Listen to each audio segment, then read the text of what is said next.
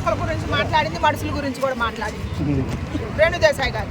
ఒక కుక్కల గురించే చెప్పకండి, మనుషుల గురించి మాట్లాడింది, కుక్కల గురించి మాట్లాడింది, మన సమాజం మీద జరిగే అన్యాయం గురించి మాట్లాడింది, తాగుబోతుల గురించి మాట్లాడింది, బెల్ట్ షాపుల గురించి మాట్లాడింది, రేపుల గురించి మాట్లాడింది, రేపిస్టుల గురించి మాట్లాడింది, ముసలి వాళ్ళ గురించి మాట్లాడింది, చిన్న పిల్లల గురించి మాట్లాడింది, దాన ధర్మాల గురించి మాట్లాడింది, అనాథ పిల్లల గురించి మాట్లాడింది, ముసలి వాళ్ళని వయసున్నాళ్ళు వాడుకొని నిర్దాక్షిణ్యంగా తల్లిదండ్రులకు పెట్టకుండా నడు రోడ్డు మీద వదిలేస్తే అనాథాశ్రమాలు ఎన్నో వస్తున్నాయి కదా, వాళ్ళ గురించి కూడా మాట్లాడింది.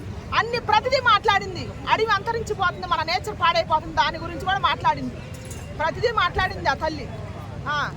అంటే ఇప్పుడు ఆమె అట్లా మాట్లాడడం కరెక్ట్ కాదని అంటున్నారు. ఇంతవరకు కరెక్ట్ కాని వాళ్ళకి బుద్ధి లేదు. వాళ్ళకి కరెక్ట్ కాదన్నప్పుడు వాళ్ళు పోయి అడవిలో ఉంటే బాగుంటుంది. సమాజాన్ని పాడు చేయొద్దు అట్టోళ్ళు. ఇంకోటి ఏంటంటే కుక్కర్ని అలా చంపొద్దు అని చెప్తుంది. ఆమె తప్పు పడుతున్నారు చాలా మంది. ఏదైనా సుప్రీంకోర్టు తీర్పునే ఏమి తప్పు పడుతుంది అన్నట్టు మాట్లాడుతున్నారు. దాని గురించి అవును, కుక్కని అట్ట చంపడం ధర్మం కాదు. మనుషుల్లో కొంతమంది మృగాలు ఎట్టుంటారు, కుక్కల్లో కూడా కొన్ని ఉంటాయి. కాబట్టి కుక్క వెళ్ళిపోయిందో నేను చెబుతామ్మా. కుక్క గౌరీదేవి. కుక్క గౌరీదేవి అనమాట ఆ తల్లి. ఆ తల్లి ఇంటి ముందులుంటే గ్రామసింహం అనేది ఎందుకు? కుక్కకే కదా ఆ పేరు వచ్చింది. సింహం తర్వాత కుక్కకే వచ్చింది ఆ పేరు. గ్రామసింహం గౌరీదేవి అని. కాలభైరవ అని గుడి కూడా ఉంది.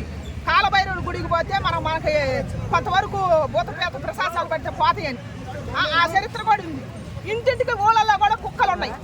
సిటీలలోనే పారం కుక్కలు తెచ్చి పెంచుకుంటారు, కానీ ఇంటింటికి మన తెలుగింటి కుక్కే ఉంది. మన బ్రీడే ఉంది.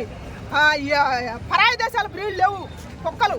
అందుకని కుక్కకు చాలా ఇల్లు ఉంది. మనిషి కన్నా కుక్కకే ఎక్కువ వాల్యూ ఉంది. మనిషికి విశ్వాసం ఉండదు. ఇప్పుడు పెడితే ఇప్పుడే, ఇంకాసేపు పెడితే ఇంకాసేపే తిని పక్క చేపలు కాల్చే రకం మనిషి జాతి. కుక్క జాతి నువ్వు పెట్టిన పిరికిడి అన్నానికి ఆ తల్లి విశ్వాసం చూపెడుతుంది.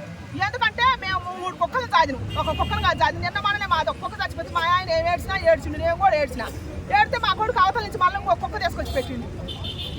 అందుకని కుక్క జాతి మనిషి జాతి కన్నా కుక్క జాతి విలువైంది, విశ్వాసంగా మనకు ఉంటుంది. బ్రిటిష్ వాళ్ళు వదిలి వెళ్ళిన కుక్కలు వాటికి మీద అంత ప్రేమ ఎందుకని అంటున్నారు మేడం. వాళ్ళ గురించి వాళ్ళు వదిలే ఎందుకు వెళ్ళిపోయారు? వాళ్ళు వదిలి వెళ్ళిపోయిన కుక్కల్ని తెచ్చి ఇప్పుడు మన వాళ్ళు ప్రేమ చూపించేది. కడుపును పుట్టిన వాళ్ళ మీద చూపించలే. కడుపును పుట్టిన వాళ్ళు సంకలు వేసుకొని తిరగట్లా. పరాయి దేశ కుక్కలు సంకలు వేసుకొని తిరుగుతారు. నా తల్లి అని సిక్కు లేకుండా మన దేశం మీద పుట్టిన కుక్కలు చాలా ఉన్నాయిగా. మరి వాటిని వేసుకొని తిరగచ్చుగా, వాటిని పెట్టచ్చుగా. వాటి పెడితే ఈది కుక్కలు కావుగా, ఇట్లా స్వయం విహారం చేయవుగా, పిల్లల ప్రాణాలు తీయవుగా. బుద్ధి ఉండాలా మాట్లాడతానికి. అదే మాట్లాడింది. అంటే కర్మ అన్నది ఒకటి ఉంటుంది, దాన్ని నేను గట్టిగా నమ్ముతాను. సో మీకు తిరిగి ఇట్లాంటి పరిస్థితి వస్తుంది అని సుప్రీంకోర్టు జడ్జిలకు వార్నింగ్ ఇచ్చింది. సో దాని గురించి ఏమన్నా? నిజమే, కరెక్టే. కర్మ అనేది ఒకటి ఉంటుందమ్మా. నిజంగా ధర్మంగా మనం ఉంటే దైవం అని అంటుంటాడు. ఇది 100కి 100 బాలు నిజం. నమ్మిన వాళ్ళకే అది తెలుస్తుంది, నమ్మని వాళ్ళకి తెలియదు. కొంతమంది దేవుడిని నమ్మరు. మాకు నమ్మకం లేదు, ఏది కనపడి మనము అని అంటారు. అహంకారంతో దేవుడిని కనపడమని అనేవాళ్ళు. ఇప్పుడు మన చుట్టూ గాలి నీరు నిప్పు కానొస్తుంది. గాలి కానొస్తుందా? నేచర్. గాలిని పట్టుకోమను, నీళ్ళని పట్టుకోమను, పారి నదిని పట్టుకోమను, ఒక అడ్డుకట్టే అంత కానీ పెంకట్లో పట్టుకొని రామను. ఈ దేవుడు లేడు అనేవాళ్ళు. అందుకని దయచేసి నమ్మాలా. మనం నమ్మితేనే మనకు అన్ని తెలుస్తాయి. నమ్మంది మనకేం తెలుస్తుంది? సృష్టిని అధర్మంగా మాట్లాడొద్దు.